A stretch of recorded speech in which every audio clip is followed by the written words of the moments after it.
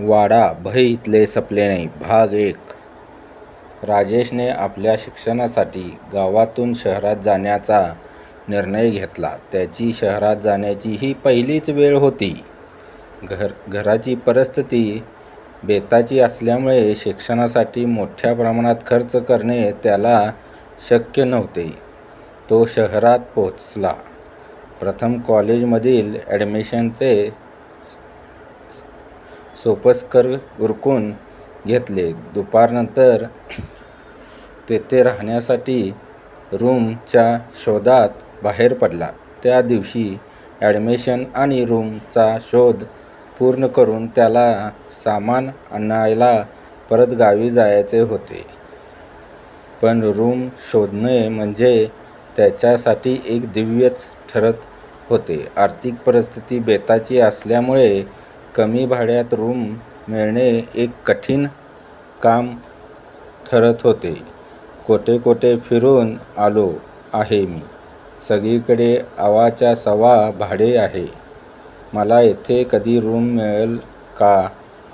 शहराच्या गल्ल्या पायाखाली पालथ्या घालत त्याने स्वतःशीच विचार केला. संध्याकाळ होत आली आणि तो शहराच्या जुन्या भागात पोहोचला.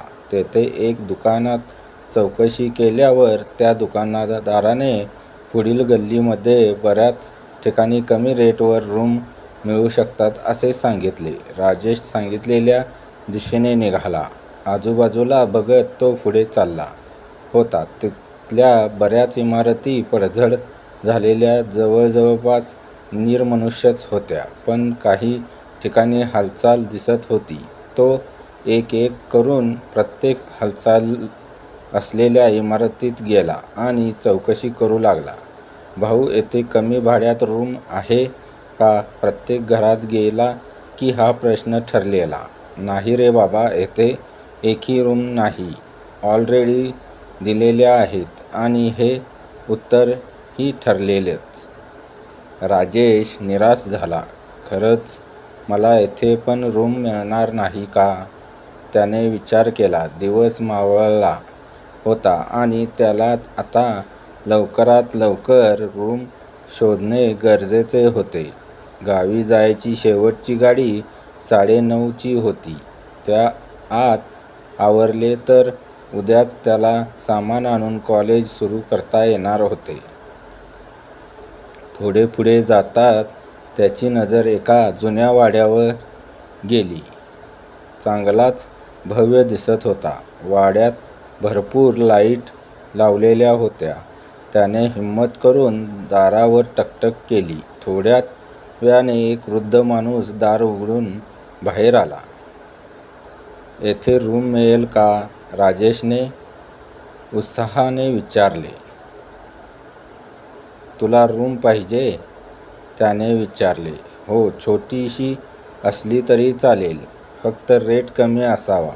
राजेशने अडचण सांगितली. ठीक आहे. आहे एक रूम आमच्याकडे आणि भाड्यानेच म्हणशील तर तुला परवडेल ते दे.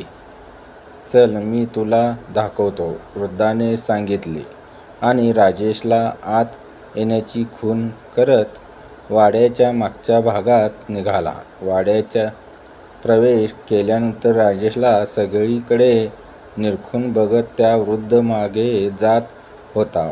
वाडा खूप जुन्या घडणीतील होता. आतल्या सजावटीच्या सर्व वस्तू या कोणत्याही शतकाव जुन्या वाटत होत्या. पण अजूनही त्याची सुंदरता, आकर्षकता कमी झालेली नव्हती.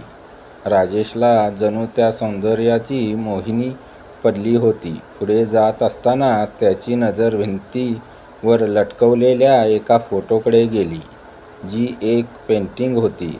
त्यात एक अति सुंदर स्त्री-पुरुषाचा जोडा दिसत होता. स्त्रीने लाल साडी परिधान केलेली होती.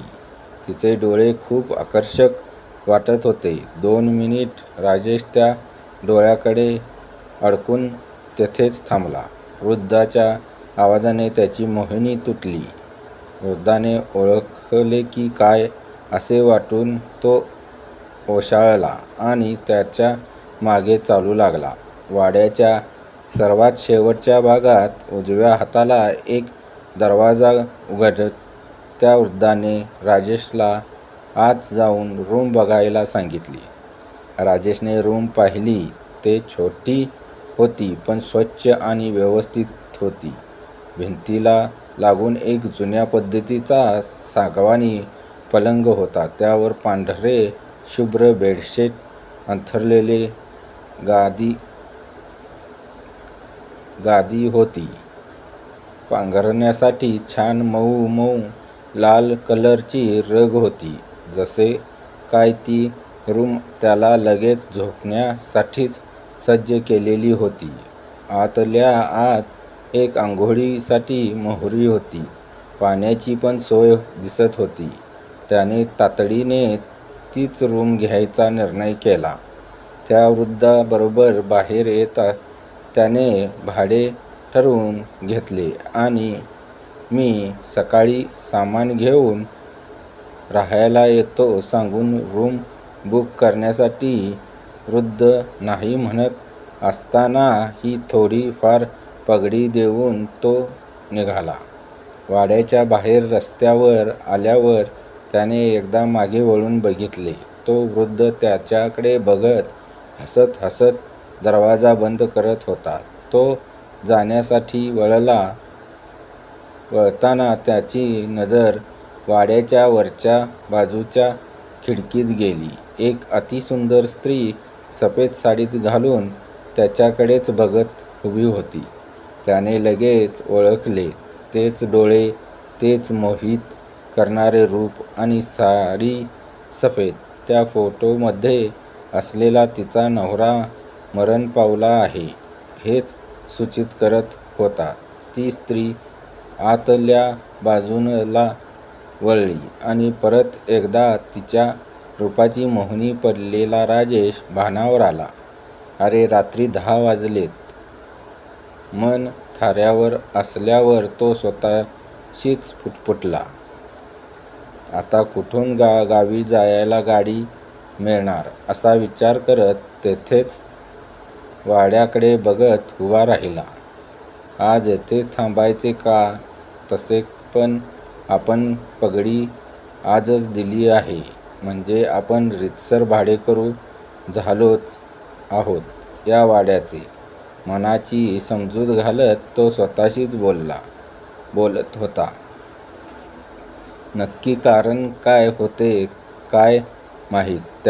त्याला जर गावी जायचेच असते तर कोणत्याही गाड्यांना लिफ्ट मागत तो थेट गावाच्या जवळपर्यंत पोहोचू होता. पण कदाचित मगाशी खिडकीतून झालेली नजरानजर त्याने त्याला मोहिनी पाडली होती. स्टोरी कशी वाटली? लाईक, शेअर, सबस्क्राईब आणि कमेंट करा.